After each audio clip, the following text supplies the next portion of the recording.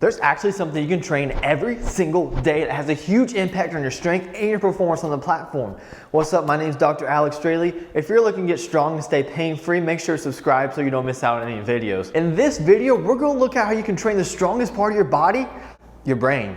And how are we going to train our brain? Meditation. Now, before you click away thinking meditation is dumb and you're not some hippie tree hugger, bear with me for a second. Believe me, I thought it was stupid too. I tried it, it works. As of this recording, my last meet was the most successful meet I've ever had. And it wasn't just because I hit the biggest numbers, but I had more confidence walking into that meet than any meet before. And I 100% believe it's because of my meditation. Now, I wasn't walking in the gym all cocky thinking my don't stink, but I went in knowing I had an internal belief that I was going to hit whatever I had on the platform. So it goes like this. About a month before, I was sitting in my car getting ready to go to work, but I had an extra time to kill. I turned on some self-guided sports meditation video and felt dumb. For whatever reason, a couple nights later, I was trying to go to bed, couldn't fall asleep, so I tried this meditation again, and that's when I knew it actually worked. Make sure to stick to the end so you can find out if it works for you, but first let's get into how to do it and why to do it. Here's the deal. Get into a comfortable position. For me, it's right before I'm about to fall asleep laying in bed. And I want my body to essentially fall asleep. I'll do this by focusing on my feet and saying to myself, my feet are heavy, my feet are tired, my feet are asleep. Something along those lines, and my feet will start to become numb, get kind of that tingly feeling, and they become heavy and relaxed. Now your body's relaxed and you can finally get into the meditation, talking to yourself and accessing your subconscious. Now the caveat with this is you have to be realistic with yourself. So what you do is tell yourself things that you want to believe are true. Tell yourself, I am a great squatter. I will hold the bench record.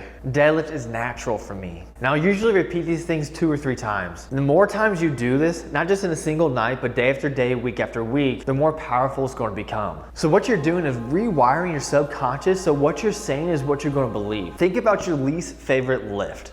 You're approaching the platform, that lift is up. Do you feel excited, happy to lift that, or do you have a little bit of anxiety and dread? What if we can turn those inner demons, those thoughts in your head that's saying, oh, deadlift, no, into this is going to go well. This is why I had so much confidence going to my last meet, because I was telling myself these positive things for weeks. As I said before, you have to be realistic with yourself and you also have to believe it. If you're deadlifting 300 pounds and every night you're saying, I'm going to deadlift 600 this week, it's not going to happen. You're not going to believe it. It's just unrealistic. Instead, tell yourself, I enjoyed the deadlift. I'm good at the deadlift. And as you walk up to that bar, you're going to have less of this anxiety inside of you that, oh no, it's deadlift time. And it's going to be, I get a deadlift today.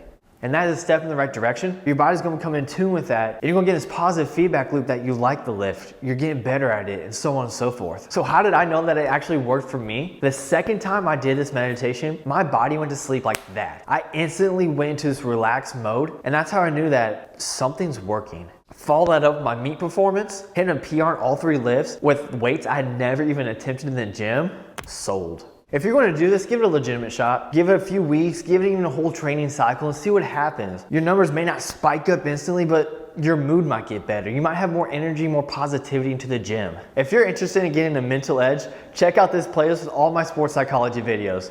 I'll catch you on the next one.